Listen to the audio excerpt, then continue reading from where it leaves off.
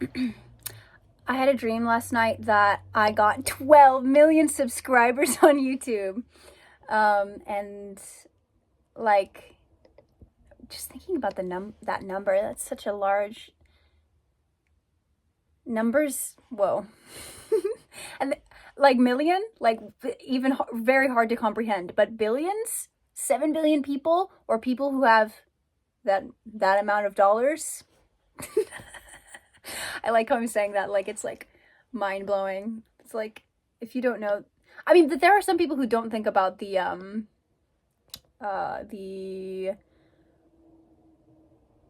not impracticality, but I guess it is impractical, the impracticality of billionaires and the injustice of billionaires, and just like comprehending how much a billion is. Okay, so I had that dream and I was like, okay, I guess it's YouTube time. I guess it's YouTube time. I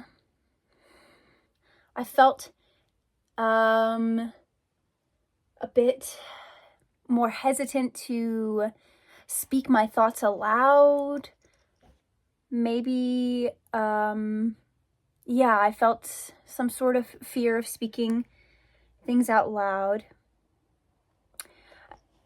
And this is interesting because that's actually something that was talked about in this church service that I attended recently. I had not been to a Sunday church service in I don't know how long. I do not know how long. And I used to go, at least twice a week as a kid. But the preacher, who was my uncle actually, was talking about I got distracted by my necklace because it's so pretty. Oh man, what was I just saying? Oh, being afraid to speak. Fear. Oh, like he said, like the devil is something that, like Satan is what keeps you afraid of speaking the truth. And in the context that they were speaking of that in, I think it meant something a little different. Like there's this kind of literalness, I think, that can come, which is also, a valid interpretation. I don't personally think of Satan as like an embodiment and a being, because I feel like that kind of extorts internal power, and like recognizing that everything outside of ourselves is also within ourselves, and like we are in charge of the symbols that we give power. Yeah, like knowing that what you give power to is what demeans over you. So if I don't acknowledge that darkness and evilness as containing a form, or I don't assume fear in that area, then I don't have as much, then I don't feed into fear, I feel like treating Satan as like an embodied entity can breed fear. If you're thinking about Satan in the sense that a lot of American modern Christians do. Not all, but there is certainly a sect that, because they're so fixated on the separation between good and evil, it makes everything unfamiliar and challenging evil. It makes it really hard to broaden your horizons. You're like cutting off an entire facet of your brain and saying that it's separate from you. And because you're like, acting in fear towards this embodiment of fear, it just grows larger in your mind and then has more control over you. This is what I'm thinking. But back to the message of being afraid to talk about things. I mean, I do think like, I do like feel there is this concept of evil. And like, I think you can really feel it. Like, people exacting harm over people, and like disproportionate injustice. Like there certainly is injustice and malintent and ego-driven actions, and like I would supposedly I'd call that evil, you know.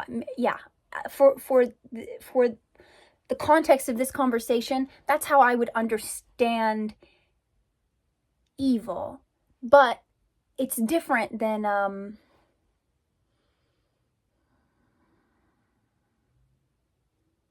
I mean, I just don't think you I think looking through the lens of fear, all you're going to see is fear.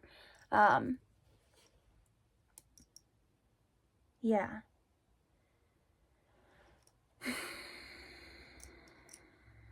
I want to circle back to like being afraid of what you have to say. But it's not, it's more than that. It's being afraid of the power that we all hold. I do think that's so much of what directs us off our path is being afraid to receive the call. And I'm realizing that's also, I'm thinking of a biblical story now. Because I was raised in such a religious household, and that was like very instilled within me. I mean, I don't know all the reasons why, but I had a rebellious bent and like animosity towards the Bible. But it's nice now to more and more look at it like I do any other holy text, as having deep cultural significance and divinely inspired. I mean, I do believe in divinely inspired work. I think there's so much, like, it's not just the Bible. I think there are so many and pieces of art, and even today there continues to be divinely inspired work. But that and that divinely inspired work comes from not being afraid to receive the call, picking up the call, and trusting enough in the messages and the callings and the what you see and what you feel and what you know so deeply beyond thought. That takes so much bravery and courage to keep on that. Wow.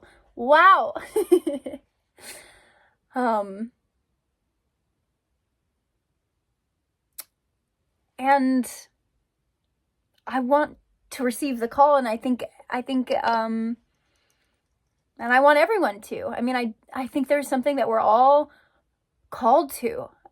There's something only you can do. There is something that you are specifically designed for, and like,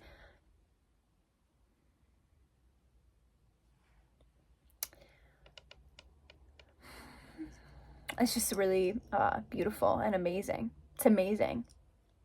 It's amazing that there's this many people and we're all so different and capable of so much beauty and hatred, and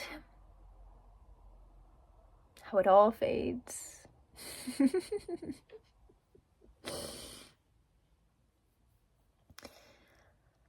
I also saw Built to Spill, the band, recently, and they have this song, Randy Described Eternity, and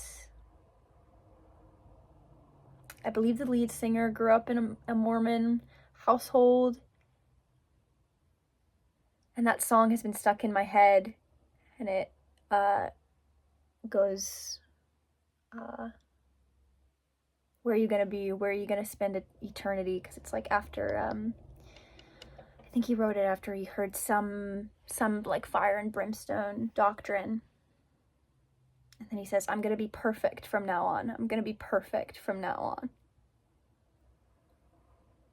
And that perfectionism, which is rooted in fear, is what blocks us off from love, which is the truest purpose.